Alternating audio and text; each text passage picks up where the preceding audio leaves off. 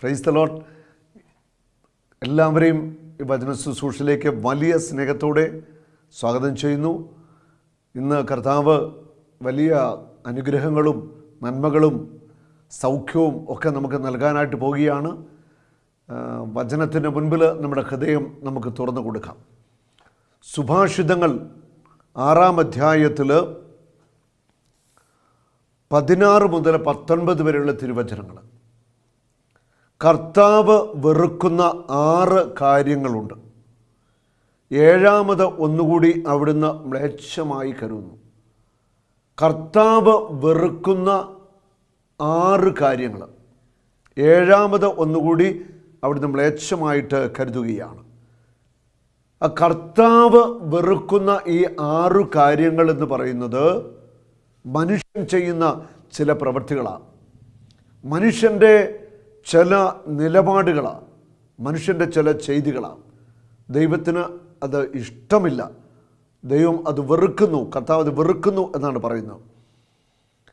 ഗർവ് കലർന്ന കണ്ണ്, വ്യാജം പറയുന്ന നാവ്, നിഷ്കളങ്കമായി രക്തം ചൊരിയുന്ന കൈ, ദുഷ്കൃത്യങ്ങൾ നനയ്ക്കുന്ന ഹൃദയം, തിന്മയിലേക്ക് പായുന്ന പാദങ്ങൾ, അസത്യം പറഞ്ഞുകൂട്ടുന്ന കള്ളസാക്ഷി, സഹോദരങ്ങൾക്കിടയിൽ ഭിന്നത വിതയ്ക്കുന്നവൻ.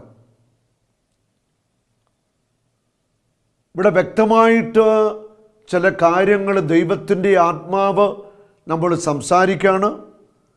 ഗർവ് കലർന്ന കണ്ണ്. നമ്മുടെ കണ്ണുകളിലൂടെയുള്ള നോട്ടം അല്ലെങ്കിൽ കണ്ണിൻ്റെ ഭാവം, നമ്മുടെ ഹൃദയത്തുള്ള അഹങ്കാരം, ഗർവ്, ധാർഷ്ട്യം, അതൊക്കെ നമ്മുടെ കണ്ണുകളിലൂടെ വെളിപ്പെടുകയാണ്. നമ്മുടെ കണ്ണുകൾ കൊണ്ട് കരുണയോടെ നോക്കാൻ പറ്റും, ദയാപൂർവം നോക്കാൻ പറ്റും. അതേ കണ്ണുകൾ കൊണ്ട് തന്നെ മനുഷ്യൻ ഗർവ് നിറഞ്ഞ നോട്ടം, അഹങ്കാരത്തിന് നോട്ടവും, അത് ഒരിക്കലും പാടില്ല. ദൈവത്തിന് ഒട്ടും ഇഷ്ടമില്ല ഗർവ് നിറഞ്ഞ കണ്ണുകളെ. മത്തായിയുടെ സുവിശേഷത്തിൽ 6-ാം അധ്യായത്തിൽ 22-23 വചനങ്ങൾ. കണ്ണാണ് ശരീരത്തിൻ്റെ വിളക്ക്. കണ്ണ് കുറ്റമറ്റതെങ്കിൽ ശരീരം മുഴുവൻ പ്രകാശിക്കും. കണ്ണ് ദുഷ്ടമാണെങ്കിലോ ശരീരം മുഴുവൻ ഇരുണ്ടുപോകും. നിന്നിലെ പ്രകാശം അന്ധകാരമാണെങ്കിൽ അന്ധകാരം എത്രയോ വലുതായിരിക്കും. അത് നമ്മുടെ കണ്ണാണ് നമ്മുടെ ശരീരത്തിൻ്റെ വിളക്ക്.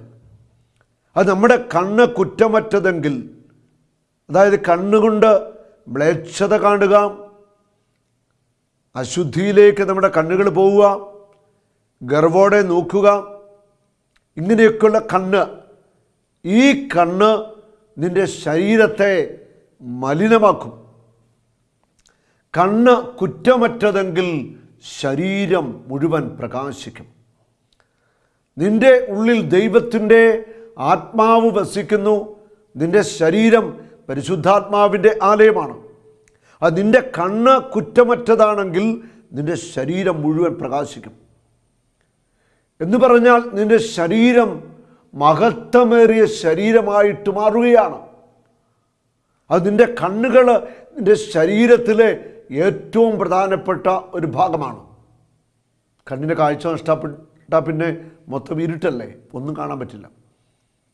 ആ കണ്ണുകൊണ്ട് കാണാൻ സാധിക്കുക, കണ്ണിൻ്റെ കാഴ്ച, അത് നമ്മൾ കണ്ണുകൊണ്ട് എന്ത് കാണുന്നു, എങ്ങനെ കാണുന്നു, ഇത് വളരെയേറെ പ്രാധാന്യമുള്ള കാര്യമാണ്. അത് നമ്മുടെ കണ്ണുകൾ നമ്മളെ പാപത്തിലേക്ക്, അശുദ്ധിയിലേക്കും ആസക്തിയിലേക്കും നയിക്കാതിരിക്കുവാൻ നമ്മൾ സൂക്ഷിക്കണം. നമ്മൾ കണ്ണുകൊണ്ട് കാണുന്നത് അല്ലെ ആ കാഴ്ചകളൊക്കെ നമ്മുടെ മനസ്സുകളിൽ പതിയുകയും നമ്മുടെ മനസ്സും ഹൃദയമൊക്കെ അശുദ്ധമായി നമ്മുടെ ശരീരം മൊത്തം ഇരുണ്ടതായിട്ട് മാറുകയും ചെയ്യും. കണ്ണ് ദുഷ്ടമാണെങ്കിൽ ശരീരം മുഴുവൻ ഇരുണ്ടുപോകും. നിന്നിലെ വെളിച്ചം നഷ്ടമാകും. നിൻ്റെ കണ്ണ് പ്രകാശമുള്ളതാണെങ്കിൽ നീ പ്രകാശിക്കുന്ന വ്യക്തിയായിട്ട് മാറും. നിന്നിലെ പ്രകാശം അന്ധകാരമാണെങ്കിൽ അന്ധകാരം എത്രയോ വലുതായിരിക്കും. അത് നിൻ്റെ കണ്ണ് നിന്നെ അന്ധകാരത്തിലേക്ക്, നാശത്തിലേക്ക്, സാത്താൻ്റെ അടിമത്വത്തിലേക്ക് കൊണ്ടുപോകാനായിട്ട് പാടില്ല. ഇക്കഴിഞ്ഞ ദിവസം പത്രത്തിൽ വായിക്കാനിടയായ ഒരു സംഭവം, ഒരു കുട്ടി ഇങ്ങനെ മൊബൈലിൽ ഗെയിം കളിച്ച് അവസാനം ആത്മഹത്യ ചെയ്തു. അങ്ങനെ പല സംഭവങ്ങൾ കേൾക്കുന്നുണ്ട്. അപ്പോൾ ഇവിടെ ഗെയിമിന് അടിമയായിട്ട് മാറുകയാണ്. ചില പ്രത്യേകതര ഗെയിമുകൾ അതിലൂടെ മനുഷ്യ ജീവനെ പൊലിയുകയാണ്. അപ്പോൾ ഈ ഗെയിമിൻ്റെ അടിമത്വത്തിലേക്ക് നയിക്കുന്നത് പ്രധാനമന്ത്രിയുടെ കണ്ണാണ്. കണ്ണുകൊണ്ട് കാണുന്നു, കളി ആരംഭിക്കുന്നു, അത് മനുഷ്യ മനസ്സിനെ സ്വാധീനിക്കുന്നു, അതിൻ്റെ അടിമത്വത്തിലാകുന്നു. അവസാനം അതിൻ്റെ പരിണിത ഫലം മരണത്തിലേക്ക് എത്തിച്ചേരുകയാണ്. ഇതുപോലെ പല സംഭവങ്ങൾ നമ്മൾ കേൾക്കാറുണ്ട്. അത് നമ്മുടെ കണ്ണാണ് നമ്മളെ നാശത്തിലേക്ക് നയിക്കുന്ന, സാത്താൻ്റെ അടിമത്വത്തിലേക്ക് നയിക്കുന്ന, പൈശാചിക ബന്ധനത്തിലാക്കുന്ന പ്രധാനപ്പെട്ട ഒരു അവയവം. കണ്ണുകളുടെ ആസക്തി, ജഡത്തിൻ്റെ ആസക്തി, ജീവിതത്തിൻ്റെ അഹന്ത. ഈ കണ്ണിനെ കർശനമായിട്ട് നമ്മൾ നിയന്ത്രിക്കണം. കണ്ണിൻ്റെ കാഴ്ച അത് അശുദ്ധിയുടെ കാഴ്ചകൾ ആകുവാനായിട്ട് പാടില്ല. കണ്ണുകൾക്ക് നമ്മൾ നിയന്ത്രണം ഏർപ്പെടുത്തണം. നമ്മൾ മൊബൈൽ ഉപയോഗിക്കുമ്പോൾ, അല്ലെ ടെലിവിഷൻ, അല്ലെ സിനിമകൾ, ഇതൊക്കെ കാണുമ്പോൾ ഒത്തിരിയേറെ അശുദ്ധിയൊക്കെ നമ്മിലേക്ക് കടന്നു വരാനുള്ള വലിയ സാധ്യതകളുണ്ട്. ഈ സാധ്യതകളെ നമ്മൾ ബുദ്ധിപൂർവം കണ്ട് അവയെ അടയ്ക്കണം. നമ്മുടെ ഉള്ളിലേക്ക് അശുദ്ധി കടന്നു വരുന്ന ഒരു കാഴ്ചകളും കാണാതിരിക്കുവാനായിട്ട് നമ്മുടെ കണ്ണുകൾക്ക് ശക്തമായ നിയന്ത്രണം നമ്മൾ ഏർപ്പെടുത്തണം. നിൻ്റെ കണ്ണ് നിന്നെ നാശത്തിൽ എത്തിക്കരുത്. ഗർവ് കലർന്ന കണ്ണ് ഒരിക്കലും ഉണ്ടാകാതിരിക്കട്ടെ.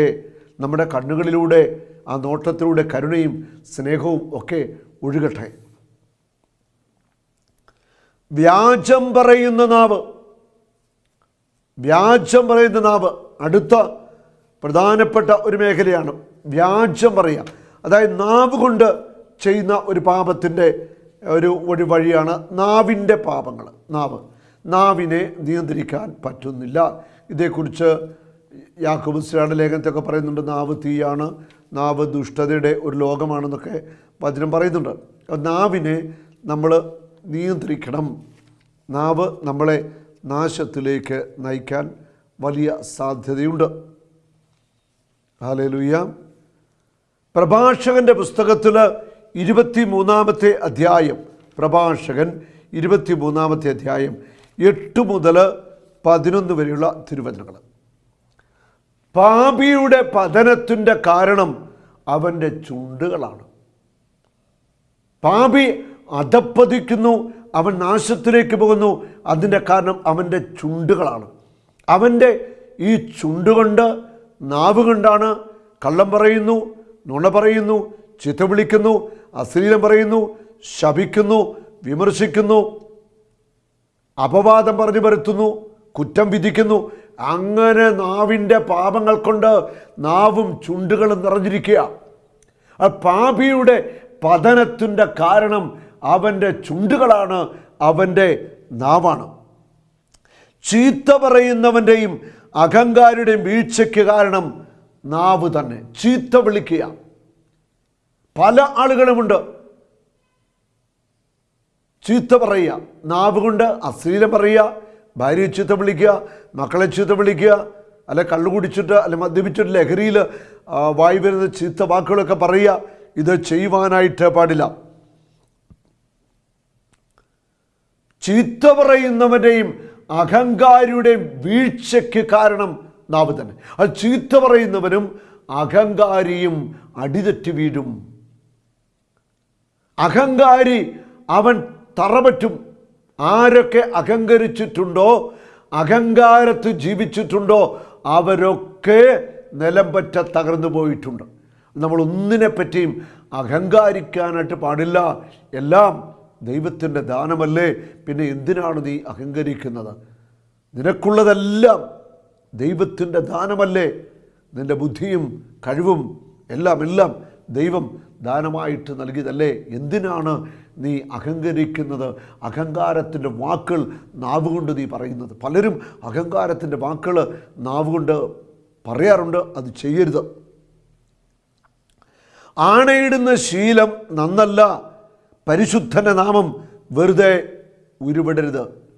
ആണയിടരുത്. ദൈവത്തെ കൊണ്ട് ആണയിടരുത്. പരിശുദ്ധനായ ദൈവത്തിൻ്റെ തിരുനാമം, പ്രത്യേകിച്ച് യേശുവിൻ്റെ നാമത്തെ കൊണ്ട് ഒരിക്കലും കള്ളസത്യം ചെയ്യാനോ ആണയിടുവാനോ പാടില്ല. അത് വലിയ തെറ്റ് തന്നെയാണ്. ഈ നാവ് നിന്നെ പൂർണ്ണമായിട്ടും തകർച്ചയിൽ എത്തിക്കും. നാവിനെ കർശനമായി നിയന്ത്രിക്കുക. നിരന്തരം പീഡിപ്പിക്കപ്പെടുന്ന അടിമയുടേത് ശരീരത്തിൻ്റെ മുറിവ് ഒഴിയാത്തതുപോലെ എല്ലായ്പ്പോഴും ദൈവനാമം വിളിച്ച് ശപഥം ചെയ്യുന്നവൻ പാപത്തിൽ നിന്ന് സ്വതന്ത്രനായിരിക്കത്തില്ല. അത് ദൈവനാമം വിളിച്ച് ശപഥം ചെയ്യുക അതൊരിക്കലും പാടില്ലെന്ന ദൈവവചനം നമ്മെ പഠിപ്പിക്കുന്നത്. പതിവായി ആണയിടുന്നവൻ അകൃത്യങ്ങൾ കൊണ്ട് നിറഞ്ഞിരിക്കും. ഒരു വ്യക്തി ആണയിടുന്നുവെങ്കിൽ, അതായത് ഞാൻ പറയുന്നത് സത്യമാണെന്ന് ഉറപ്പിക്കാൻ വേണ്ടി ആണയിടുന്നുവെങ്കിൽ, അവൻ്റെ ഹൃദയത്തിൻ്റെ ഉള്ളു മുഴുവൻ അശുദ്ധമായിരിക്കും.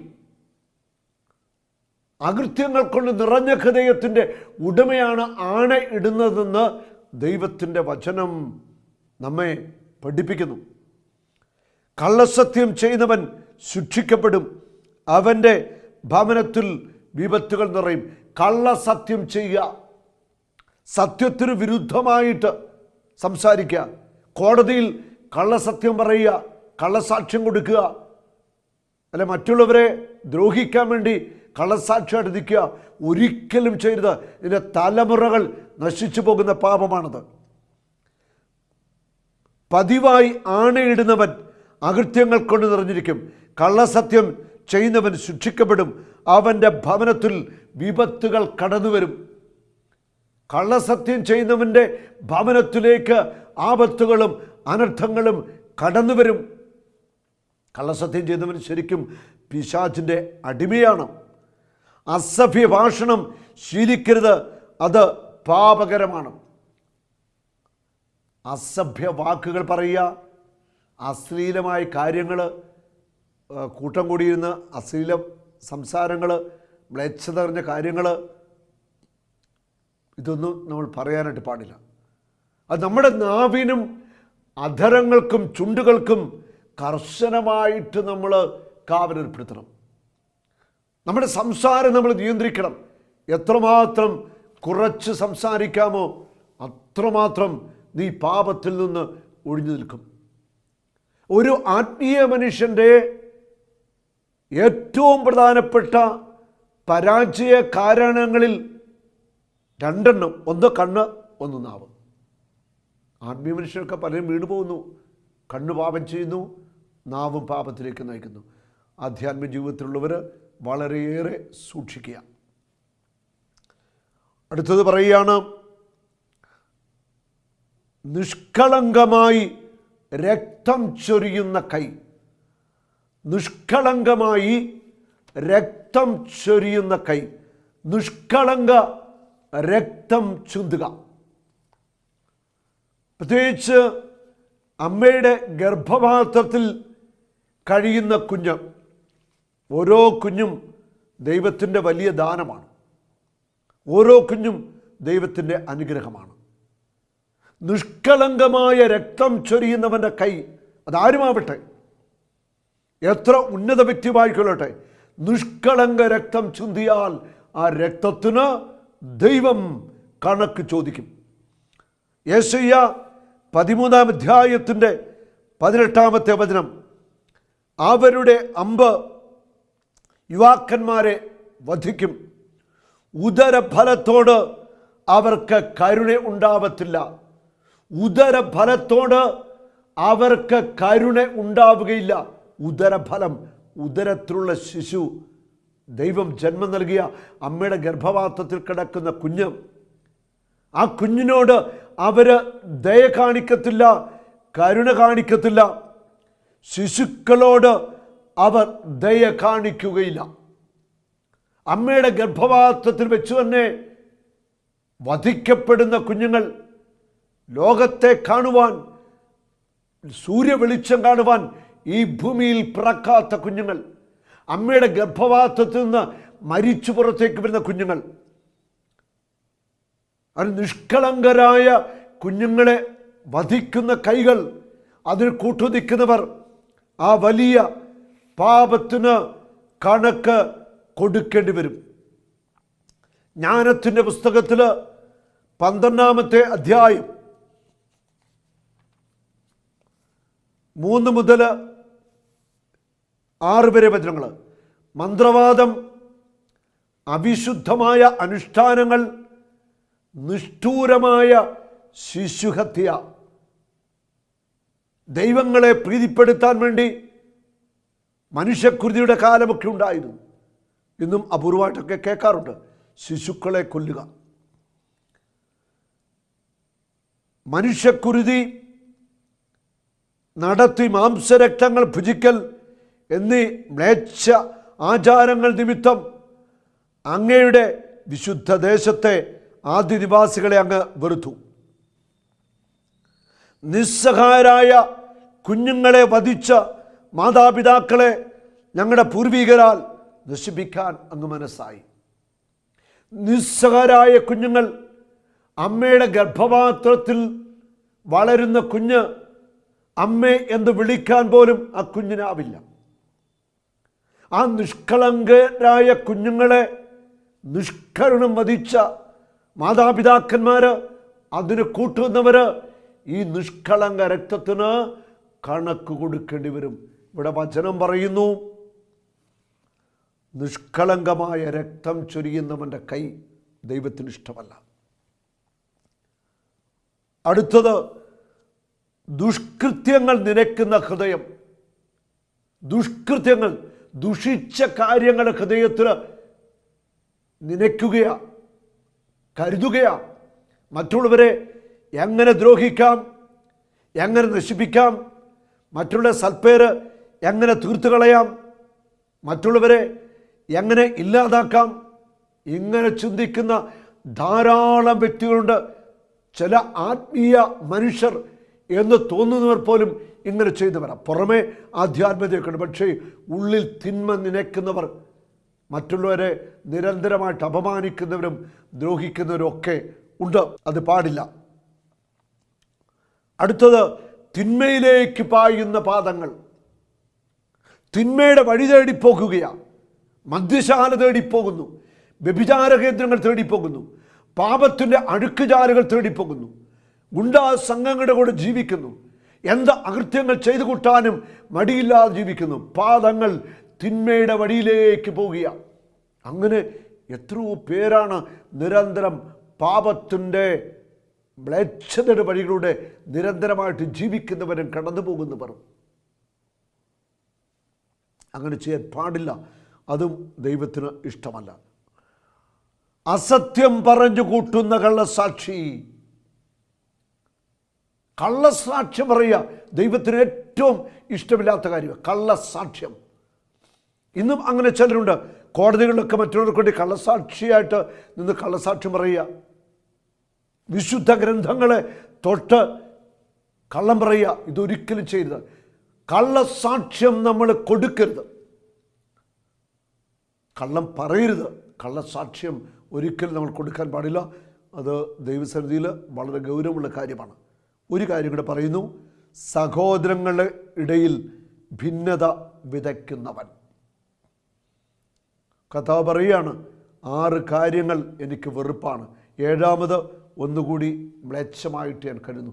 7ാമത്തെ കാര്യം ഇതാണ്, സഹോദരങ്ങളുടെ ഇടയിൽ ഭിന്നത വിതയ്ക്കുന്നവൻ. നല്ലതായിട്ട് ജീവിക്കുന്ന കുടുംബങ്ങൾ, നല്ല സ്നേഹത്തിൽ ജീവിക്കുന്ന സഹോദരീ സഹോദരങ്ങൾ, അവരുടെ ഇടയിൽ ഭിന്നത വിതയ്ക്കുക,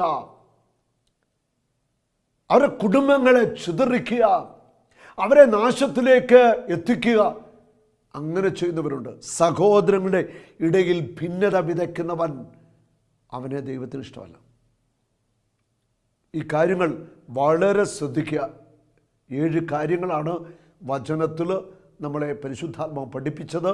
നമുക്ക് ഇതിലേതെങ്കിലും വീഴ്ചയുണ്ടെങ്കിൽ നമുക്ക് തിരുത്താം, നമുക്ക് കർത്താവിലേക്ക് മടങ്ങി വരാം, എല്ലാ പാപവഴി ഉപേക്ഷിക്കാം. കർത്താവായ യേശുവേ, ഈ വചന ശുശ്രൂഷ പങ്കെടുത്ത എല്ലാവരെയും അങ്ങനെ ഗ്രഹിക്കണമേ. ആഴമായ ഒരു ആത്മവിശുദ്ധീകരണം ഞങ്ങൾക്ക് നൽകണമേ. രോഗികളെ അങ്ങ് സൗഖ്യമാക്കണമേ. അത്ഭുതങ്ങളും അടയാളങ്ങളും പ്രവർത്തിക്കണമേ. യേശുവിൻ്റെ നാമത്തിൽ പ്രാർത്ഥിക്കുന്നു. മാരകമായ രോഗങ്ങൾ ശരീരത്തെ വിട്ടുമാറട്ടെ. വേദനകൾ ശരീരത്തെ വിട്ടുമാറട്ടെ. നിരാശകളും കഠിനമായ ദുഃഖവും പ്രിയപ്പെട്ടവരുടെ വേർപാടിൻ്റെ ദുഃഖങ്ങളൊക്കെ മാറിപ്പോവട്ടെ. ഹൃദയത്തിൽ സമാധാനം നിറയട്ടെ. ശരീരം സൗഖ്യം പ്രാപിക്കട്ടെ. ആത്മസന്തോഷം നിറയട്ടെ. യേശുവിൻ്റെ നാമത്തിൽ ആമേൻ. ഒരു നാളും നീ അനാഥനല്ല, ഒരു നാളും നീ അന്യനല്ല, ഒരു നാളും നീ അനാഥനല്ല.